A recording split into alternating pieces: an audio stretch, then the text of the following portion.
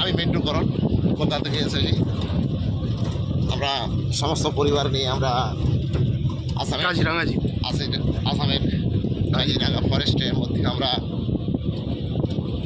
Enjoy করার জন্য বেরিয়েছি। আমাদের সঙ্গে রয়েছে আমাদের টিমের বিভিন্ন সদস্যরা।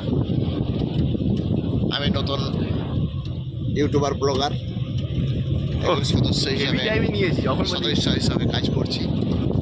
তো আমরা এখানে জঙ্গলে এসে আমরা বিভিন্ন রকম জন্তুদের দেখতে পাচ্ছি, যা আমাদের কাছে অতি কল্পনীয়। চারিদিক মনোরম পরিবেশ, জঙ্গলের চারিদিকে পাহাড়ে ঘেরা সবুজ ঘন জঙ্গল। এর মধ্যেই এসেছে একটি কাঠের সেতু।